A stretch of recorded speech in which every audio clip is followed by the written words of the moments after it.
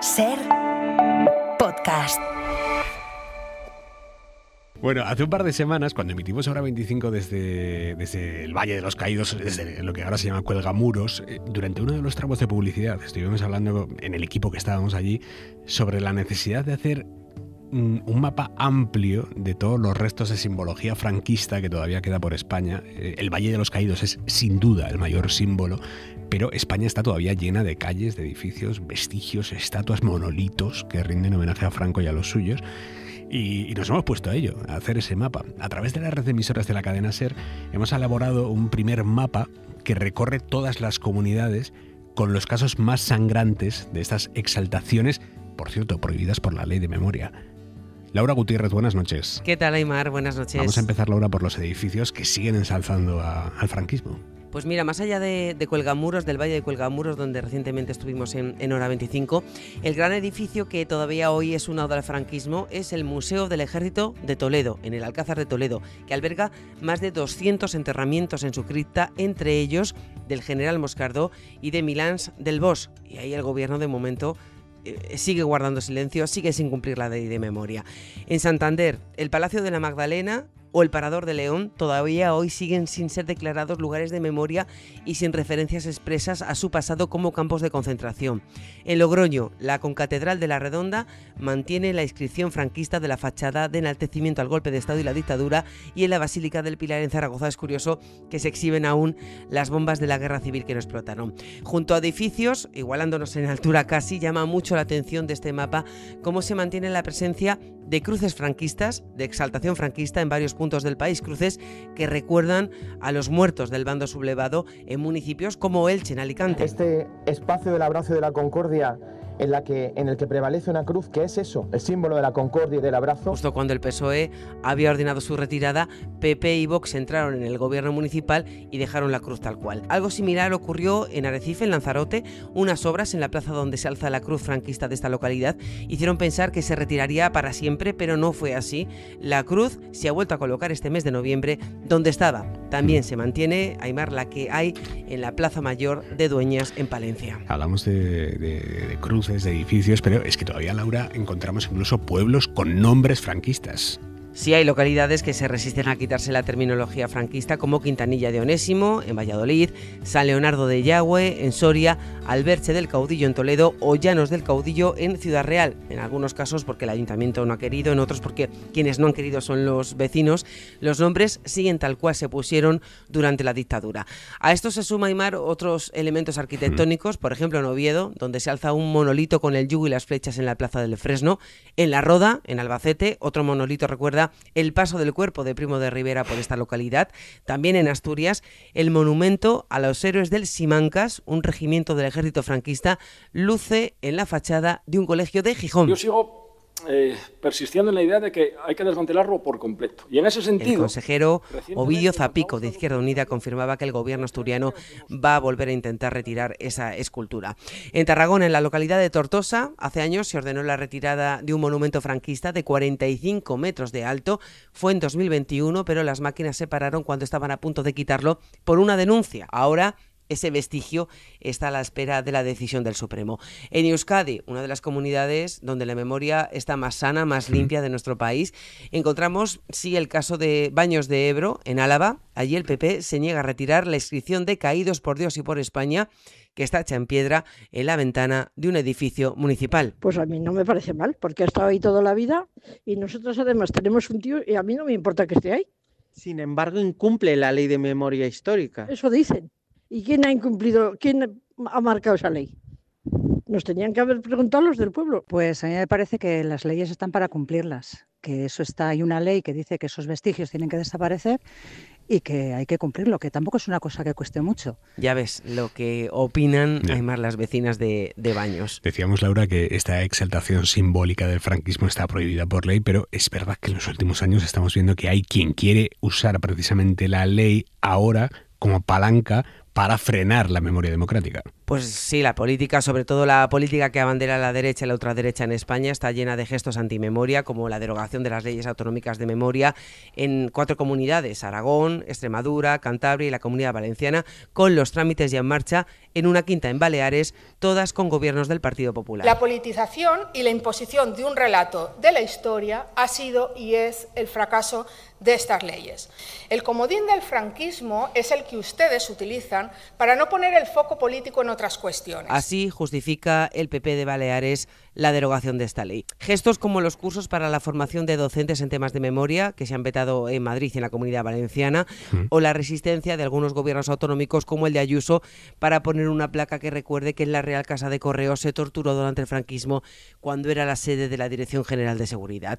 Hay más ejemplos, como en la Diputación de Castellón del PP, que se niega a subvencionar actuaciones de memoria porque mientras haya cosas más importantes no van a gastar dinero en eso. Lo decía tal cual la presidenta de la Diputación. Con esto le quiero decir, la Diputación de Castellón, como bien usted sabe, no tiene ninguna competencia en la memoria histórica y no es una prioridad para este equipo de gobierno. Primero lo urgente, que es la atención a las personas y las necesidades de los municipios, y después el resto de políticas importantes. En Burriana, Vox retiró en marzo de 2024 una placa en memoria de las víctimas del franquismo de una céntrica plaza en la que figuraba el número total de represaliados de esta localidad, y ayer mismo, lo veíamos en el Alicante, el Pleno Municipal consumó otra cesión a la ultraderecha para que apruebe las cuentas del 2026, la resignificación de los refugios antiaéreos de la Guerra Civil. En las explicaciones, Aimar, se va a incluir tanto la represión de los republicanos como la de los franquistas. Hay un ejemplo que es especialmente doloroso de cómo la antimemoria se está imponiendo. En Madrid, durante la posguerra, fueron fusiladas, asesinadas a tiros 3.000 personas simpatizantes de la República en el cementerio del Este, conocido popularmente como cementerio de la Almudena. 3.000 personas, entre ellas las 13 Rosas. Los restos de muchos de aquellos represaliados, cientos de cuerpos, siguen en ese cementerio porque nadie los reclamó en su momento y acabaron en un osario que hoy es que es casi una especie de vertedero. Las familias que no han podido encontrar a sus seres queridos pidieron al Ayuntamiento de Madrid un memorial donde poner un nombre, una lápida, poder llevar flores allí. Eso se empezó a hacer en tiempos de Manuela Carmena, pero estaba a medio completar cuando Almeida, el PP, de la mano de la extrema derecha, llegó a la alcaldía de Madrid y una de sus primeras decisiones políticas fue desmantelar lo que se había hecho, quitar los nombres que estaban colocados y pararlo todo. 50 años después, 50 años después de la muerte de Franco, honrar a esos fusilados, darles un respiro a sus familias, eso sigue siendo una asignatura pendiente. Y la reciente declaración de esa tapia de fusilamiento como lugar de memoria no parece que lo vaya a solucionar. En el día de hoy, cautivo y desarmado el Ejército Rojo, han alcanzado las tropas nacionales sus últimos objetivos militares. La guerra ha terminado. Burgos, 1 de abril de 1939.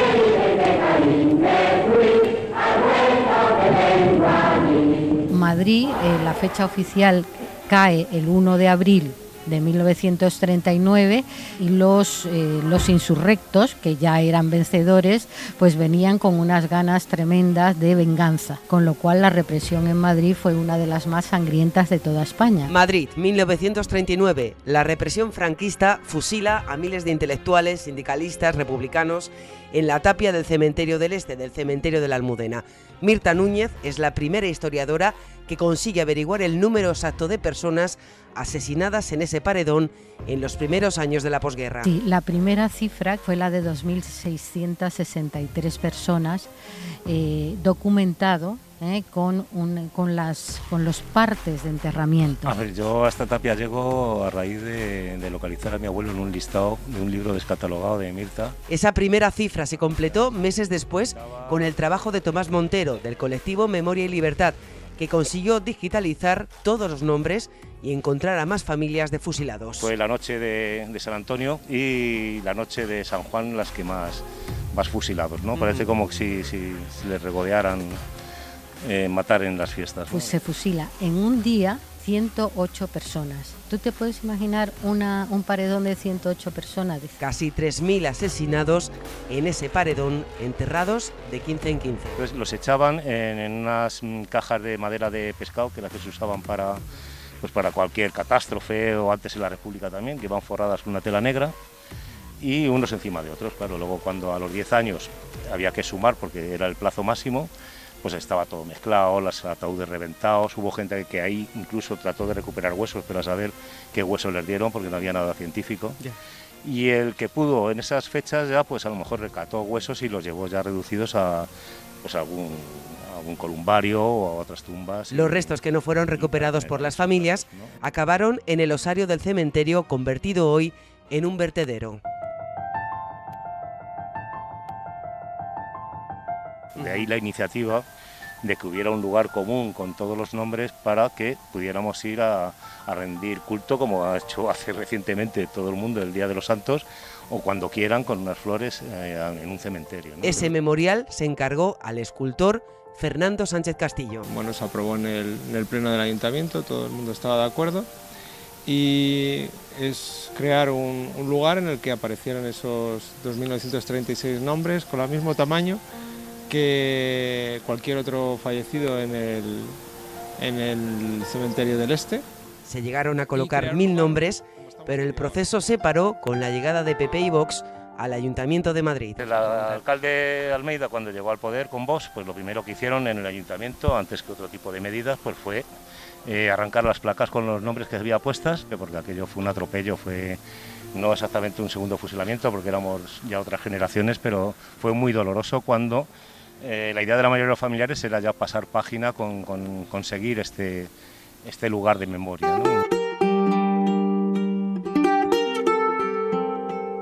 Esas lápidas siguen hoy en poder del ayuntamiento, que se niega a entregárselas a las familias. En uno de estos árboles, no vamos a revelar cuál, pero en uno de ellos, muy fuertemente guarda esos 2.936 nombres. Que ocultaron dentro de uno de los robles del memorial, metidas en una cápsula, los nombres de los fusilados. Ahora es un laberinto, si transitas por esas cajas también es muy impactante porque no hay nombres, ¿no? Y habla del vacío de memoria que tenemos hacia lo que ocurrió en la posguerra. Entonces yo estoy convencida de que los nombres en algún momento estarán puestos. Quiero creerlo. Esto está ocurriendo aquí en Madrid, pero en cualquier otro pueblo de España, en cualquier otra ciudad, están reconocidos con los nombres. ¿Por qué aquí no? Año 2025. O sea, es una cuestión de este gobierno. Los nombres de 2.936 fusilados siguen ocultos, escondidos. Sus restos olvidados en un vertedero.